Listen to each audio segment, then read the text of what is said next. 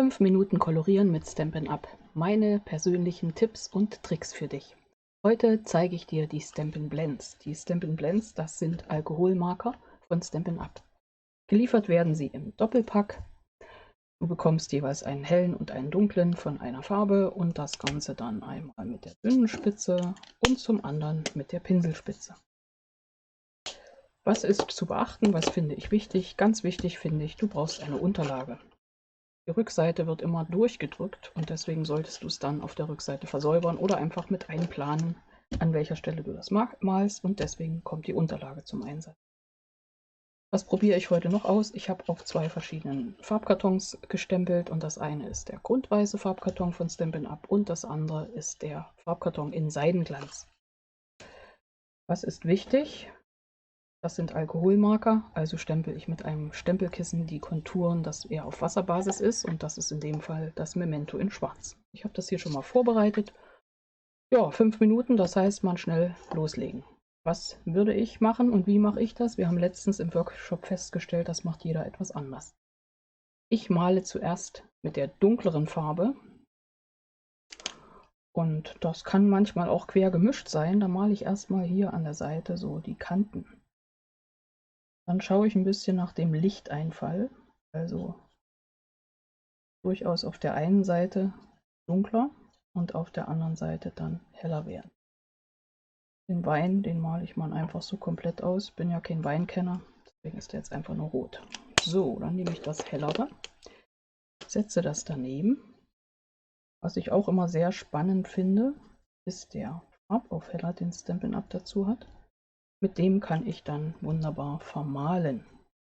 Das Besondere bei den Alkoholmarkern ist, dass die Farbe praktisch im besten Fall oben auf dem Papier sitzt und sich dann miteinander noch auf der Oberfläche vermischen lässt. Und ich mache das ruhig mal so, man kann das ja mal ein bisschen ausprobieren. Ich habe das jetzt nicht als Muster vorgemalt, du siehst schon, ich mache es auch ganz anders als bei dem anderen Bild dort. Ich setze einfach die Farben von dunkel nach hell nebeneinander und vermale sie dann ineinander. Und man muss auch nie so ganz viel Farbe nehmen, sondern man kann das auch stellenweise ganz hell lassen. Den Gürtel setze ich jetzt mal hier quer. Arbeite mit dem Lichteinfall und vermale jetzt mit dem Farbaufheller die Farben ineinander. Könnte ich aber auch ähnlich mit dem helleren ins Dunkle reinmachen, aber ich wollte jetzt hier mal einfach ein bisschen heller bleiben in den Farben.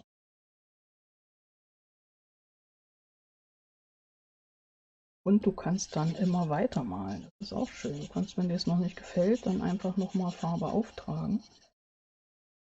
Und ich habe jetzt mal hier so ein bisschen überlegt, lass das so ineinander überlaufen.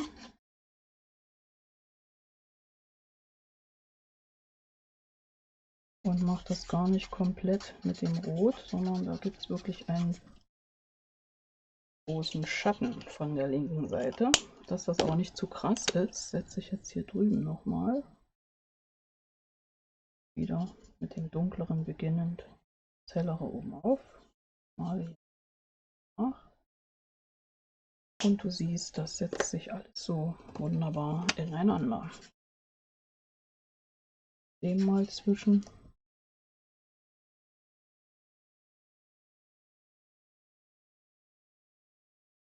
Ja, das wäre die erste Variante. Das ist jetzt auf dem Farbkarton in Grundweiß, und jetzt gehen wir mal noch schnell auf den Farbkarton in Seidenglanz und da malen wir jetzt die Jeanshose, und da fange ich mit der dunklen Kante hier an. Nehme die Pinselspitze zuerst und gehe dann die Falten mit der helleren Spitze nachmalend und setze dann ganz das helle Marineblau in die restlichen Flächen, verbinde das und gehe dann nochmal mit dem Farbaufheller oben drauf. Und das ist der Unterschied, dass ich beim einen wirklich sehr hell arbeite und beim anderen, hier siehst du diesen Effekt mit dem Farbaufheller, wie ich die Jeanshose da nochmal richtig ausgewaschen bekomme. Und dann hier einfach nochmal mit der zweiten Farbe reingehe. Ja, willst du noch mehr zu den Stampin' Blends wissen, dann gibt es dann noch einen zweiten Teil. Schreib mir das mal, aber soweit habe ich hier schon mal koloriert. 5 Minuten. Fortsetzung gewünscht? Schreib mir das einfach. Das war's, hier geht's weiter mit weiteren Anleitungen und Tipps. Also bleib dran und sei gespannt. Bis gleich in einem meiner nächsten Videos. Ich freue mich auf dich. Deine Angela von der Stempelfamilie.